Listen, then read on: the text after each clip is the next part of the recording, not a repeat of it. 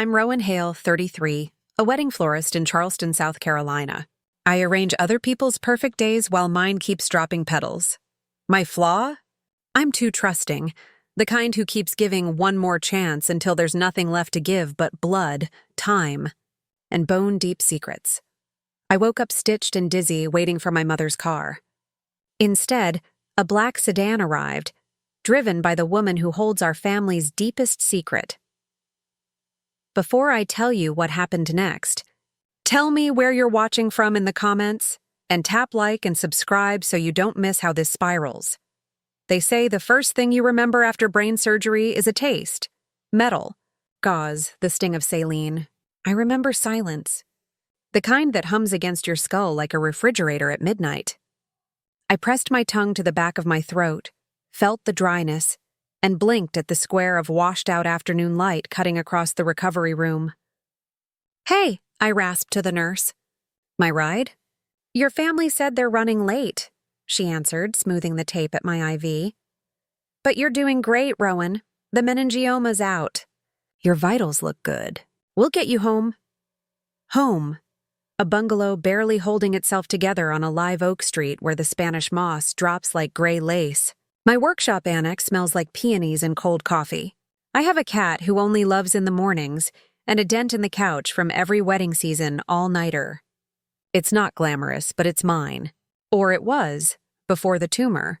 Before the headaches got baptized as good days and please let me disappear days. Mom had promised to drive me. "Of course I'll be there," she'd said, the way she always says it. Like transportation is an act of moral superiority. You can't rely on strangers. She meant anyone who isn't Hale. She forgets sometimes that Hale is just a sound that falls apart if you listen too closely. I checked the time again. An hour scrolled into 2. My phone buzzed with a text from my younger brother, Ethan. "Traffic's insane. Mom says discharge is flexible. Can you Uber?" He added a thumbs-up emoji like a sticker over a bruise. "I can't." "Rideshare," I told the nurse. "Head, stitches." "Of course not," she said. "You'll need someone to help you inside. Stay overnight. It's hospital policy." The policy hung in the air like a second IV.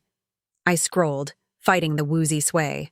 A message from Mom finally. "Your aunt called. I'm with Ethan handling something important. Be practical, Rowan. We'll check on you tomorrow. No heart. No love you."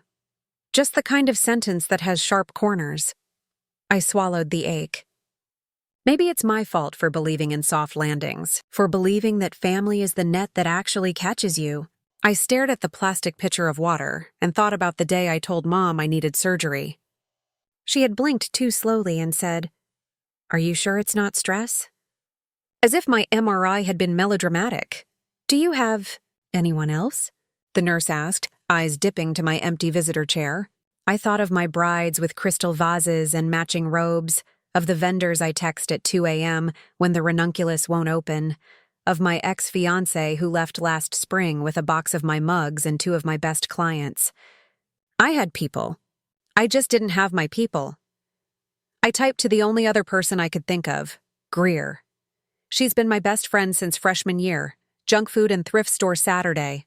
But Greer had a newborn, slept like a casualty, and a husband on a 24-hour shift. I didn't want to add my head to her hands. My vision blurred. I put the phone down. The nurse pulled the blinds, and the room dimmed to a cool, kind gray. "Try to rest," she murmured. "I'll check again." I drifted on a tide that smelled like antiseptic and old pennies. When I surfaced, the sky through the window had turned that watery blue that promises nothing. The nurse returned, apologetic. "Sweetheart, your family hasn't answered. I can call social work to arrange a medical transport."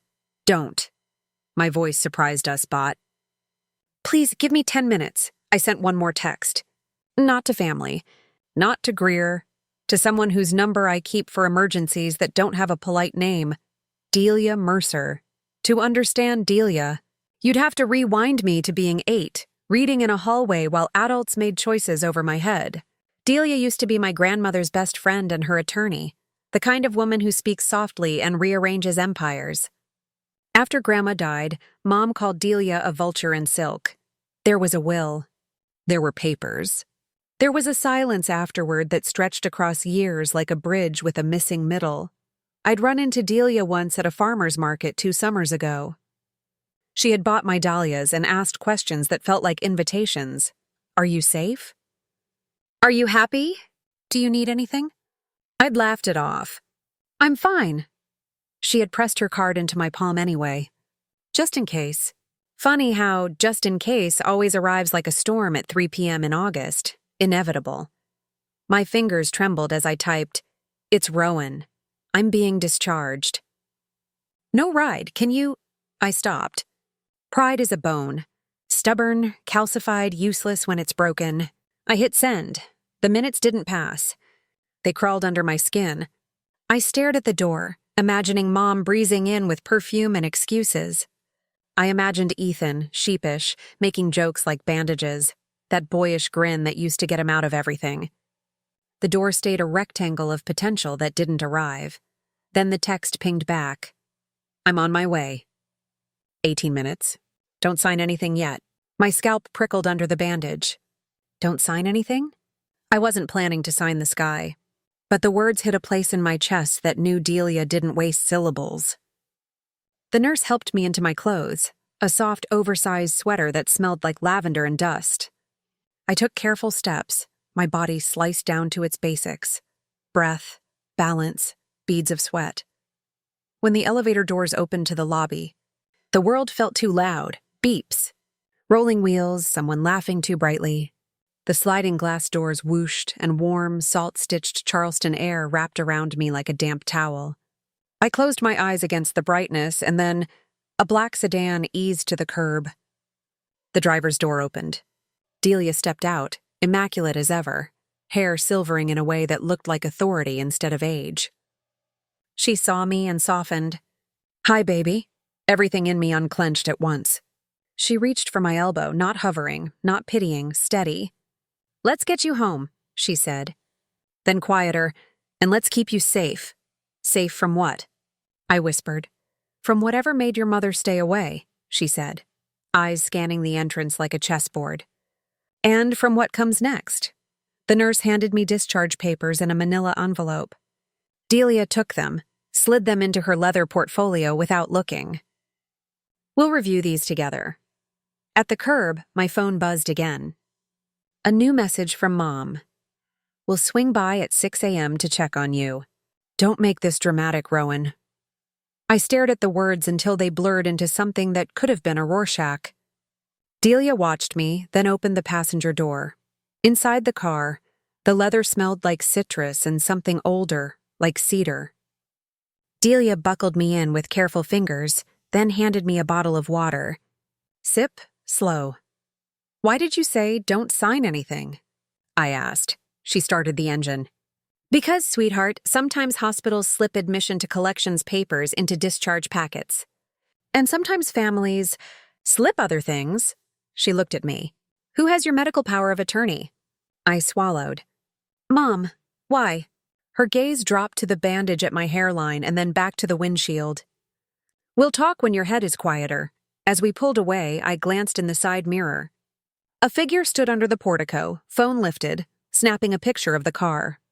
The shape was familiar in the way a nightmare is familiar. You know it's yours even when it's blurred. My stomach turned cold. Delia's hand found mine. You're not alone anymore. We drove down Calhoun, past students with backpacks and tourists holding pralines in paper bags, past the park where brides pose against oak trunks while I pin their bouquets together with trembling fingers. I should have felt small.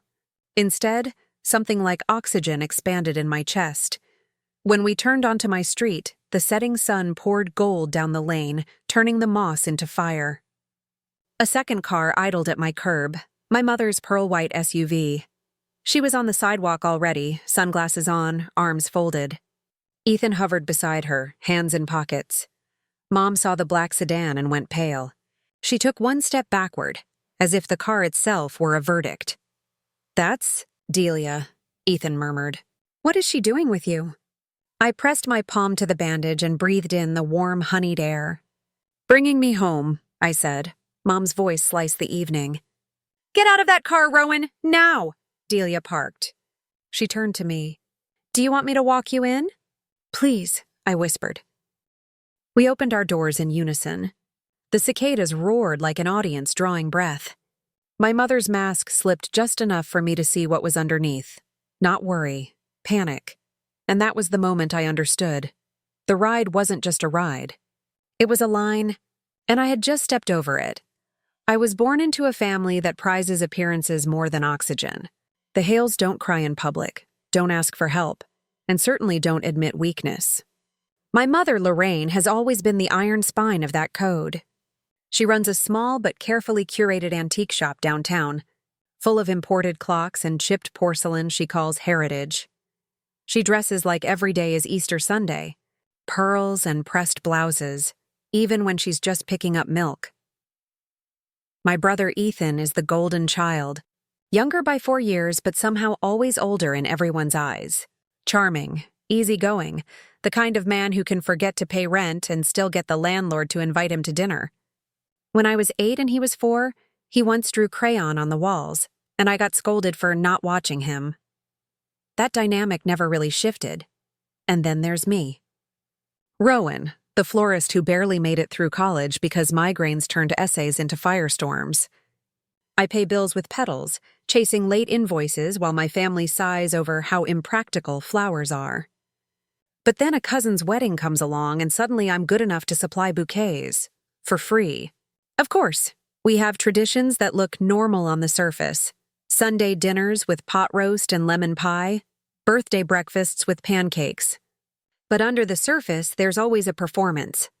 Conversations are rehearsals for gossip. Love measured in what you can provide, not who you are.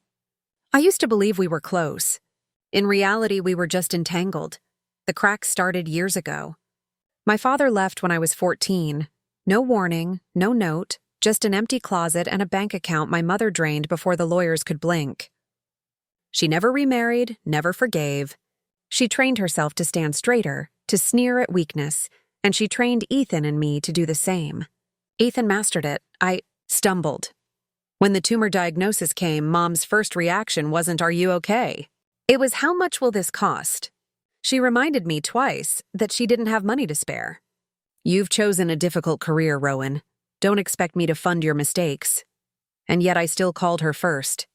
Still believed that under the frost there was warmth. Still thought that on the day I needed her most, she'd show up. That's the flaw that defines me. Trusting until it hurts. Believing until the evidence is undeniable. Charleston itself has always been my refuge. The cobblestone streets, the pastel houses leaning into one another like gossiping friends, the jasmine blooming wild every spring. My flower shop sits in a converted carriage house, shutters painted soft blue, ivy climbing the walls.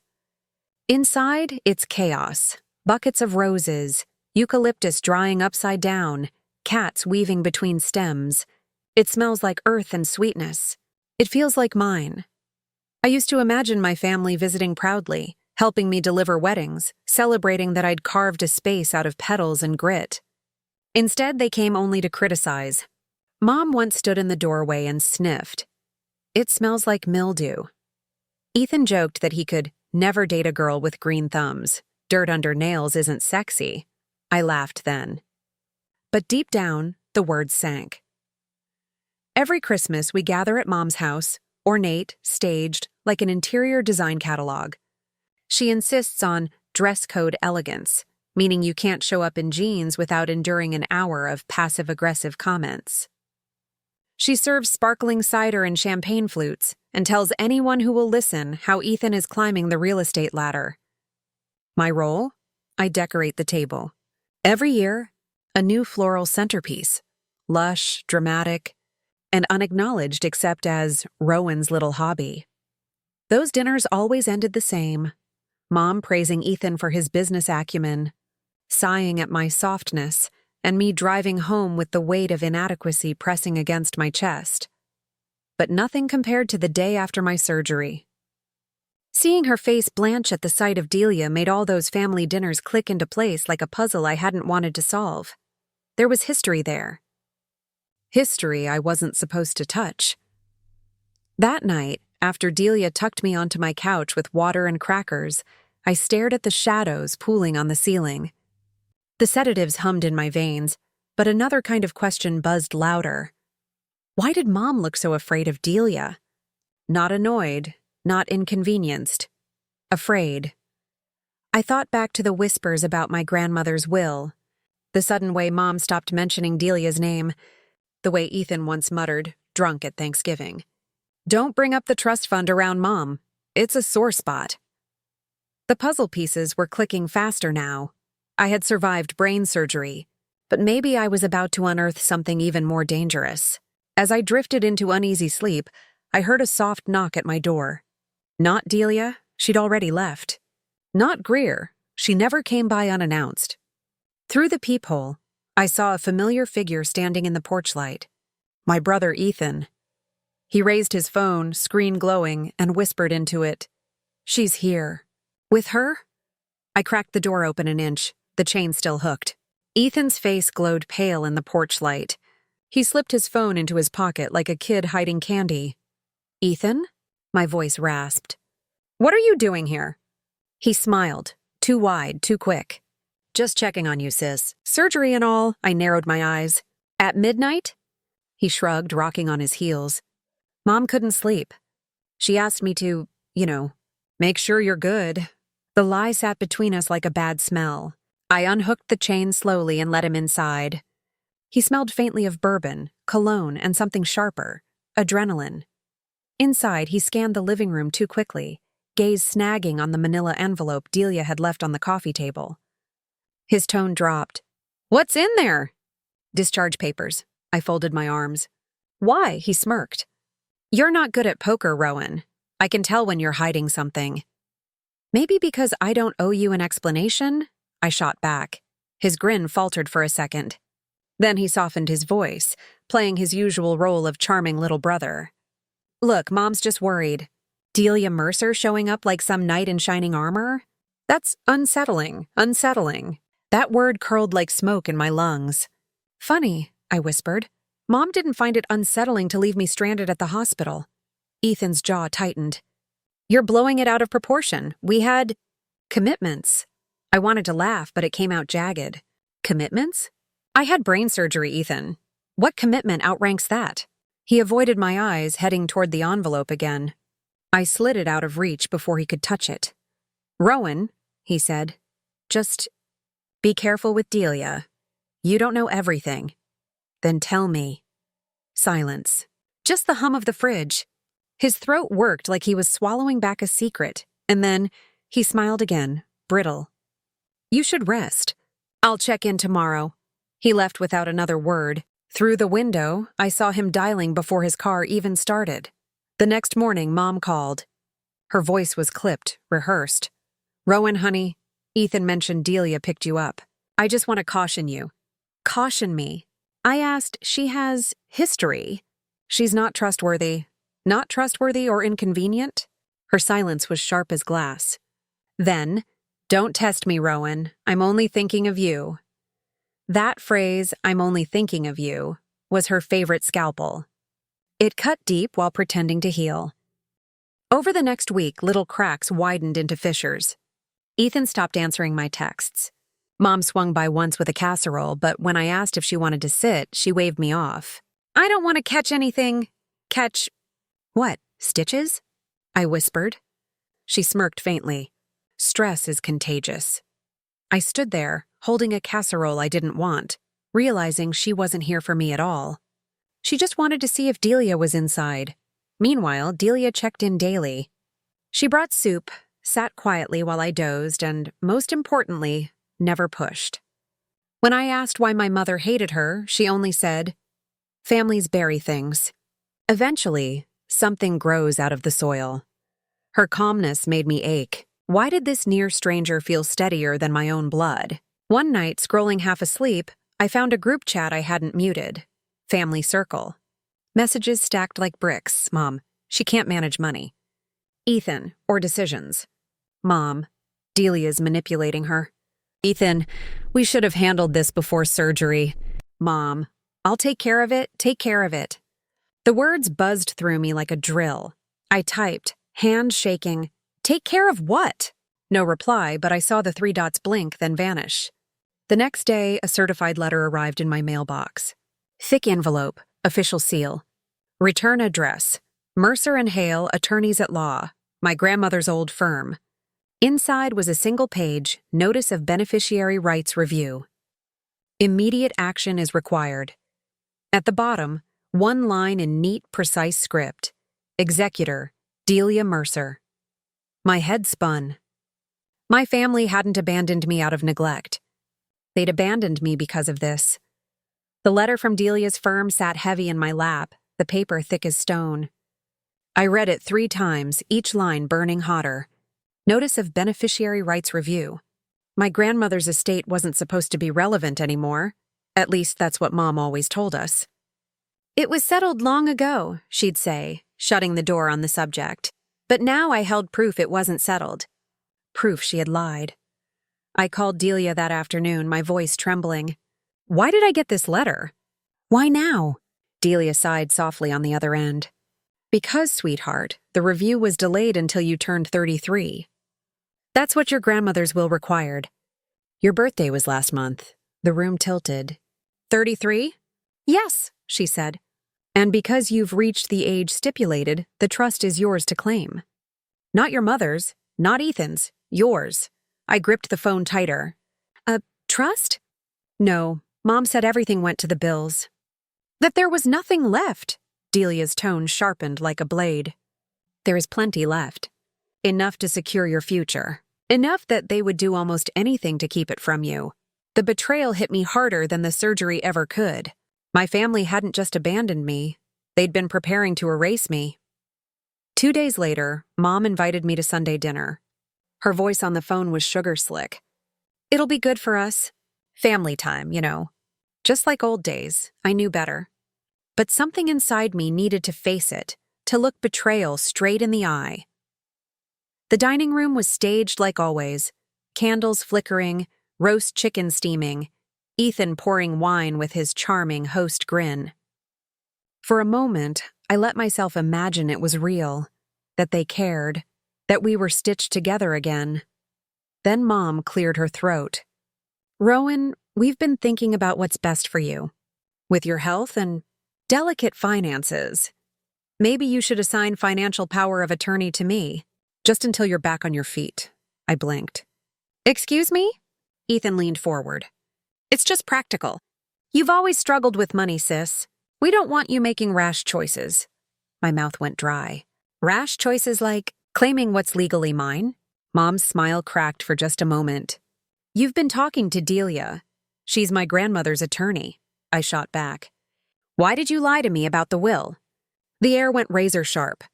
Ethan slammed his glass down, wine splattering like blood on the tablecloth.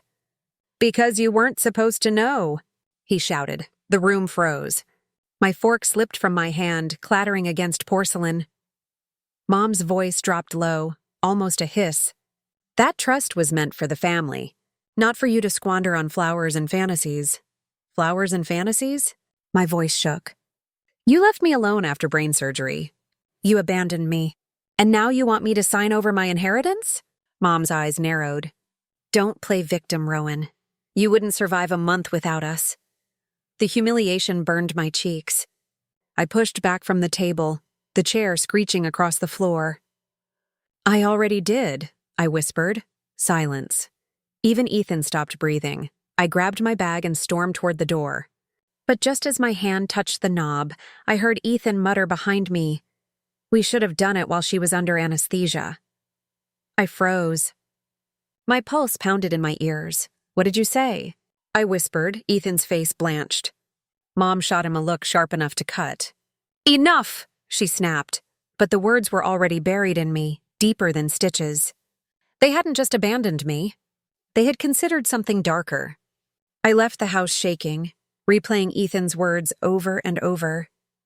We should have done it while she was under anesthesia. My phone buzzed as I stepped into the night. It was a message from Delia. We need to meet tomorrow. There's something you must see. It will change everything. I don't remember the drive home from my mother's house. The streetlights blurred into pale halos. My fingers clenched around the steering wheel until my knuckles ached. Ethan's words repeated like a curse. We should have done it while she was under anesthesia. What did they mean? Was it just anger aslip? Or something deliberate? Something planned while I lay unconscious, skull cracked open under hospital lights. I stumbled into my bungalow, dropped my bag by the door, and collapsed onto the couch. The room smelled like eucalyptus and wilted roses.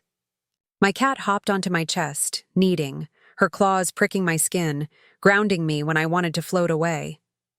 But the shame sank deeper than her claws. Shame that I had trusted them. Shame that I had built my identity around being the good daughter, the one who forgave, the one who believed in family no matter what. That night, I didn't sleep.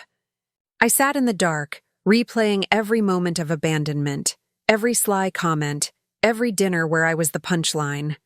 And now this, proof that not only had they lied, but they had plotted against me.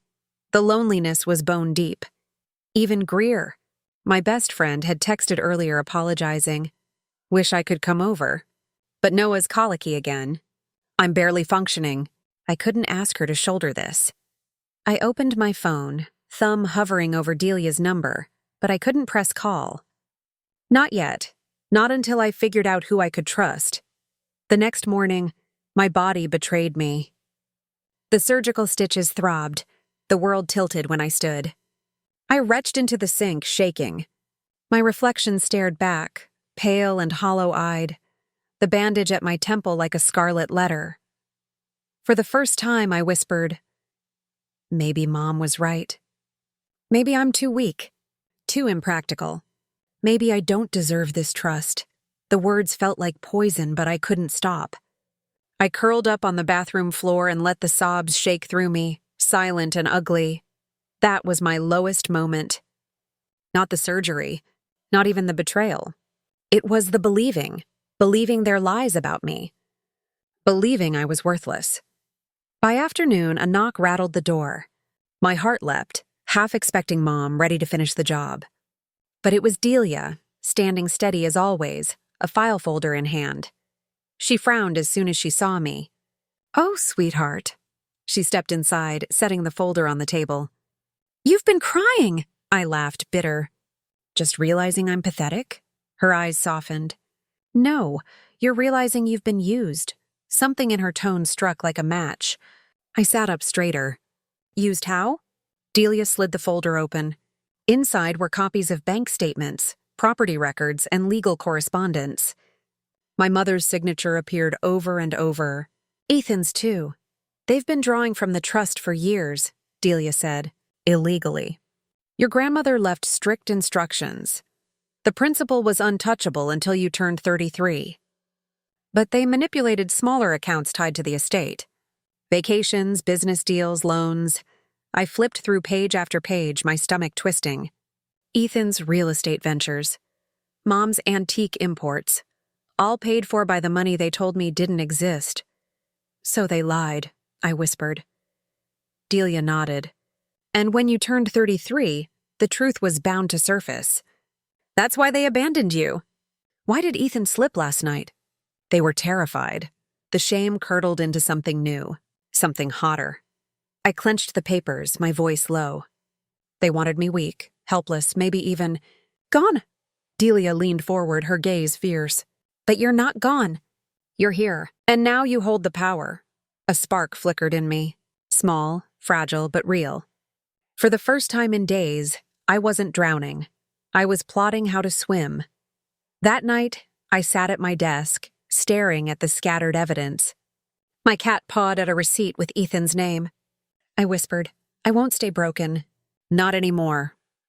I pulled out a notebook and wrote one word across the top of a blank page. Revenge. As I closed the folder, my phone buzzed with a message from an unknown number. If you value your life, stop digging. Some things are meant to stay buried. I froze, staring at the screen. This wasn't just betrayal anymore. It was a war. The text glared at me in the dark. If you value your life, stop digging. No signature. No clue who had sent it. But I didn't need one. I could hear Ethan's laugh in the words. I could feel my mother's cold fingerprints all over it. At first, fear pinned me. I locked every door, pulled the curtains shut, and double-checked the back gate. My cat paced, tail twitching, like she could sense the shift in the air. My pulse wouldn't calm, but then, slowly, something harder pressed through the fear. They wanted me silenced, weak, doubting myself. I'd played that role long enough. I grabbed the folder Delia had left and spread the papers across my desk. Bank statements, forged signatures, unexplained withdrawals. It wasn't just betrayal, it was theft, fraud. And if I played this right, I could make sure the whole city saw them for what they were. The next morning, I called Delia. "Teach me," I whispered. "Teach me how to use this." She paused. "This isn't a game, Rowan. If we go forward, there's no putting the genie back." "I don't want it back," I said. "I want the truth." Delia's tone softened. "Then we'll do it my way. Quiet, careful. Every piece of evidence is airtight." Over the next week, my house became a war room. Delia coached me on how to request official account audits, how to file for a forensic review of estate documents. She taught me what paper trails to follow, how to cross-check property deeds against loan records. I filled binders with printouts, highlighted lines, sticky notes everywhere.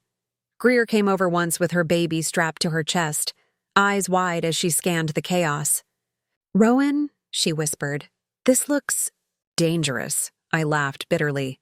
"It is, but it's also survival." She shifted the baby against her shoulder. "Promise me you'll be careful." "They're your family, but they're playing dirty." I looked at her, exhaustion and steel mingling in my chest. They stopped being family the night they left me in that hospital bed. Small victories came first. I discovered Ethan had used trust funds as collateral for a failed condo development. The loan defaults had been patched with more withdrawals, leaving a trail of debt he couldn't cover. Mom, meanwhile, had been funneling money into her antique business, padding invoices, inventing imports that never existed. Paper lies stacked on stolen money. Every discovery fueled me. Fear was still there, lurking, but it had something new to compete with: control. Then came the ally I never expected. One afternoon, as I left the courthouse records office, a woman intercepted me at the curb. Tall, sharp suit, eyes tired but kind. "You're Rowan Hale, right?" she asked. "Yes," I said, wary. "I'm Carla. I used to work for your mother." "At the shop." "I quit after I found out." She hesitated, then pressed a flash drive into my hand. "She's been hiding things for years. Inventory fraud, tax evasion. It's all here." I stared at the drive, throat tight. "Why give this to me?" Her gaze hardened. "Because I watched her crush you for years, and I couldn't stomach it anymore," I whispered. "Thank you." She nodded once. Bury her with the truth.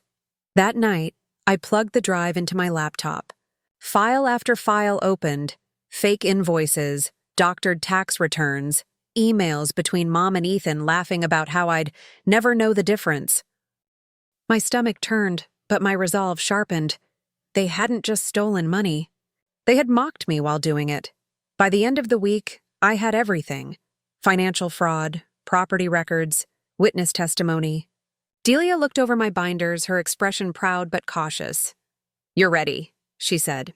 "The question is, how public do you want this to be?" I thought about years of silent dinners, cruel smirks, and being erased. I thought about lying in that hospital bed, waiting for a ride that never came. "Public," I whispered. "I want everyone to see who they really are." Delia gave a slow nod. "Then we'll set the trap." 2 days later, Mom texted me, "Family dinner again this Sunday." "No excuses. We need to talk." "Beneath it," Ethan added, "don't do anything stupid, sis. You'll regret it." I stared at their words, then at the neat stack of binders on my table. For the first time, I didn't feel dread about walking into that dining room. I felt ready. Sunday dinner.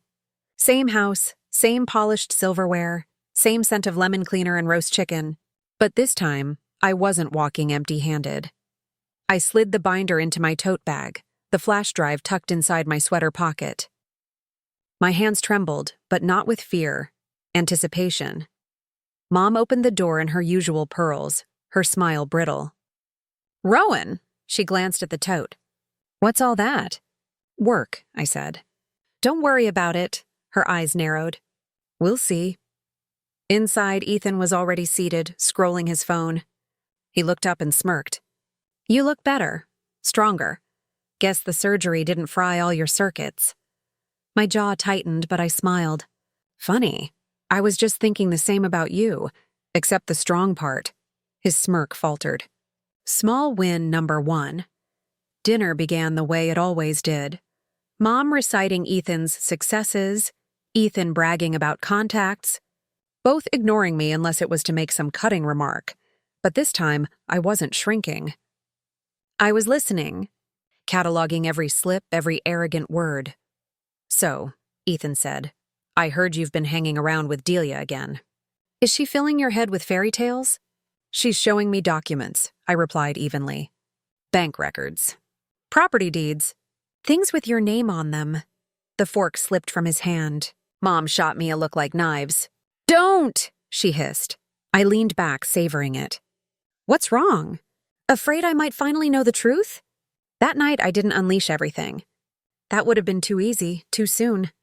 Instead, I started small. I forwarded one document from Carla's flash drive, an email chain about Mom's fraudulent invoices, to a local reporter who covered business scandals. Anonymous tip. No signature. Within 48 hours, the story broke online. Antique shop under investigation for tax irregularities. I sat in my workshop, hands shaking as I read the headline. Customers would see it. Neighbors would whisper.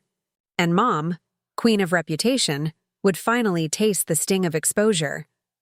Minutes later, my phone buzzed with her text. "What did you do?"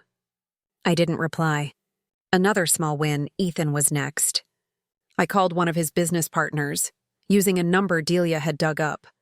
Pretending to be an anonymous source, I mentioned his unpaid loans, the fact that he'd been using funds not legally his. The next day, Ethan showed up at my house, pounding on the door, face red. "You're ruining me!" he shouted. "Do you have any idea what you've done?" I opened the door a crack, enough to let him see my steady gaze. "I've barely started." He froze, thrown off balance. Another small win, but the sweetest victory came unexpectedly. 2 of my wedding clients, sisters I'd worked with for months, showed up at the shop with coffee and cookies.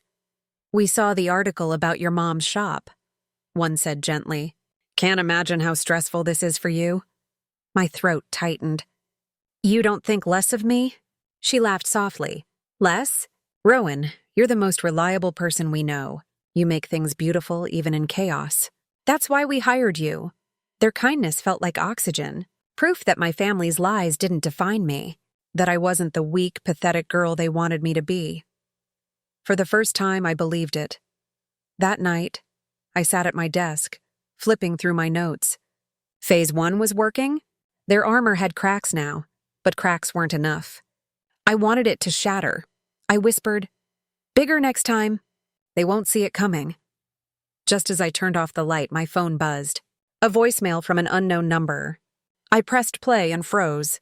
Ethan's voice slurred and angry. "She's digging too deep. If Mom doesn't stop her, I will. Permanently." The line clicked dead. For the first time, I realized my revenge wasn't just about exposing them. It was about surviving them.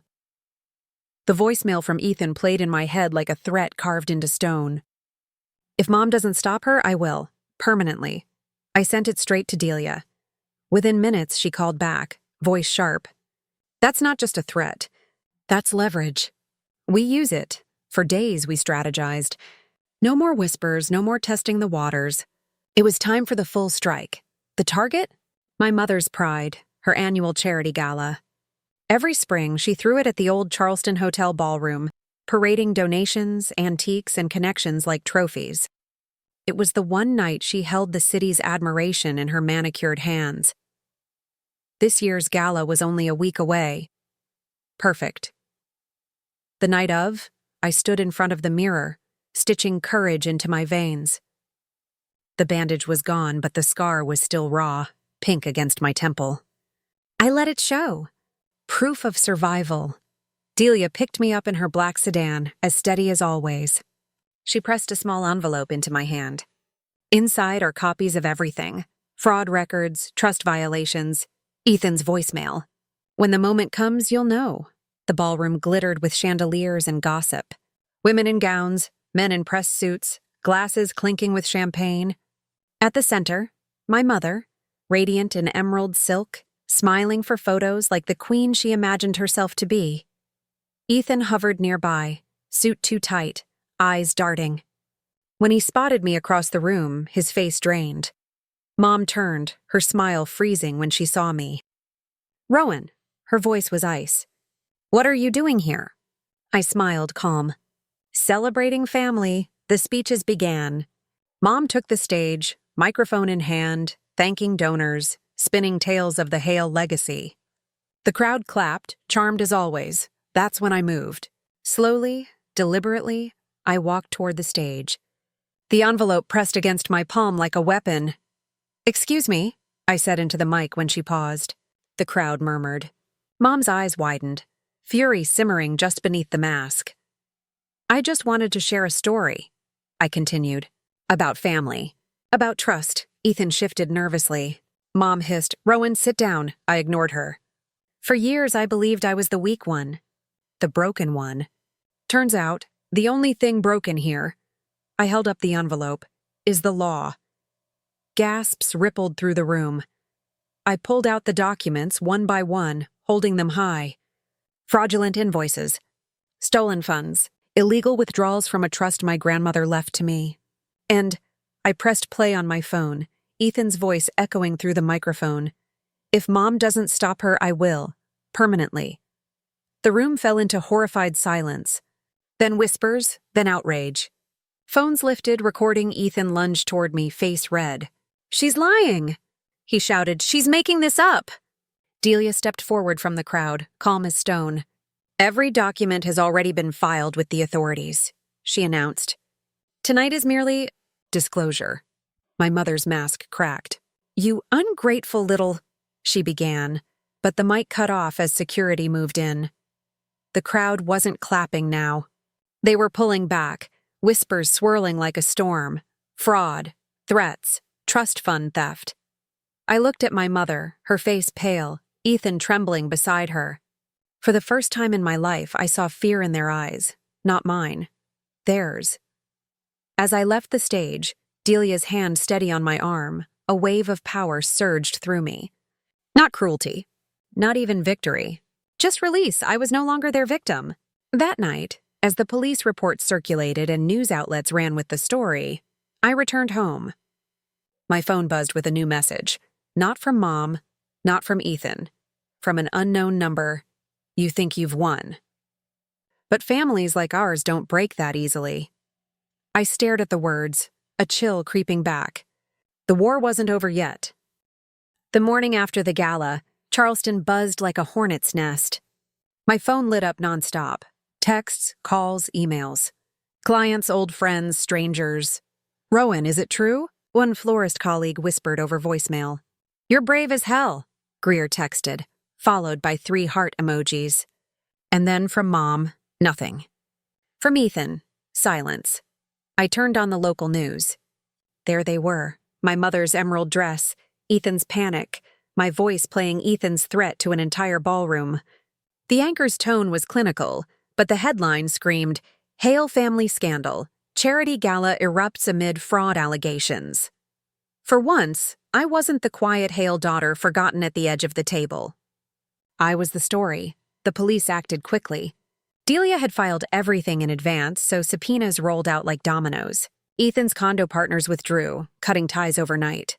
Mom's shop doors were chained shut by inspectors. By the end of the week, the Hale name, once polished like fine silver, was corroded, tarnished in every headline. Neighbors who used to fawn over my mother's antiques now whispered when she passed. Clients canceled Ethan's meetings. Their empire, built on lies, crumbled under its own weight. I should have felt satisfied. And part of me did. Watching them squirm was a strange, guilty pleasure, like scratching a wound that finally stopped itching. But another part of me, deeper, just felt hollow. Because no matter how public the ruin, they were still my blood. And blood doesn't wash out easily. One night, as I was locking up my shop, I saw a familiar figure leaning against the lamppost. Ethan. He looked wrecked, tie loose, eyes red, desperation clinging to him like sweat. "Rowan," he said. "You have to stop this, please." I crossed my arms. "Stop what? The truth?" He ran a hand through his hair. "You don't understand. Mom can't handle this. She's unraveling. If she goes down, we all go down." I laughed, bitter. "You already tried to take me down. Remember that voicemail?" His face crumpled. "I didn't mean it. I was drunk, angry. Angry that I survived?" I snapped. He flinched. For a second, he looked like the little brother who used to follow me into the woods, begging me to build him forts. But then the mask slid back on. "Fine, you want war? You'll regret it." He disappeared into the night, leaving the threat behind like smoke. Mom never came to me. She didn't beg. She didn't apologize. She doubled down. In interviews, she painted herself as the victim, claiming I'd been manipulated by outsiders and didn't know what I was saying. But her eyes in those clips betrayed her. The fury, the panic. She knew she'd lost. Through it all, Delia was my anchor. She sat with me during depositions, walked me through paperwork, and reminded me when to eat and rest. At times, she felt more like family than anyone ever had. One evening, after a long day of testimony, I asked her, "Why did you help me?" "Really?" She smiled, eyes softening. "Because your grandmother asked me to." She knew Lorraine's ambition would consume her children if left unchecked. "She left me the tools to protect you. I just needed you to be ready." I swallowed hard. "Ready?" "To see the truth," Delia said.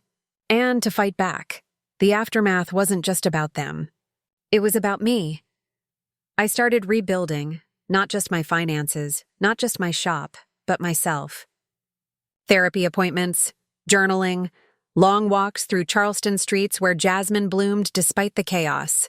Slowly, the ache in my chest loosened. For the first time, I didn't define myself by their approval or their rejection. But just as I began to find peace, an envelope slid under my door one morning. No return address. Inside, a single photograph. It was me, standing at the gala, documents in hand, mid-sentence. On the back, scrawled in sharp black ink, "Blood doesn't forget." I held it, heart pounding, realizing that while my revenge had landed, the war with my family might never truly end. The photograph sat on my desk for days. The words on the back burning holes in my chest. "Blood doesn't forget." At first, it rattled me. Every creak of the floorboards, every shadow outside the window, I thought of Ethan, or Mom, watching, waiting. But eventually, I realized something. The message wasn't a curse. It was confirmation. They were afraid. They knew I wasn't weak anymore, and for the first time, I didn't fear them. The investigations dragged on for months. Mom's shop never reopened. Seized assets, unpaid taxes, frozen accounts. Ethan's condo projects collapsed one after another. His name was blacklisted among Charleston's real estate investors. The Hale family's empire crumbled into dust. As for me, I rebuilt. My shop grew stronger than ever. Brides flocked to me, not despite the scandal, but because of it.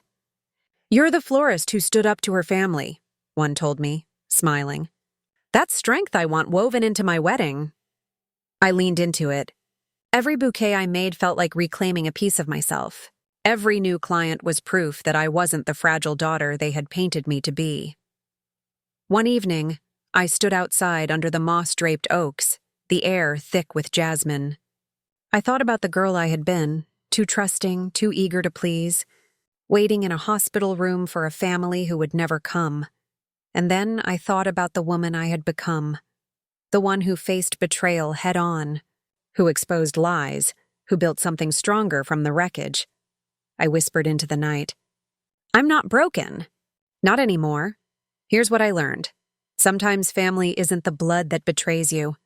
Sometimes it's the people who stand with you when the world tilts. Friends who bring cookies. Attorneys who shield you. Strangers who choose honesty over silence. And sometimes, the most important family is the one you build for yourself. If this story touched you, please like and subscribe. Tell me, would you forgive betrayal like this or walk away forever? I'd love to hear.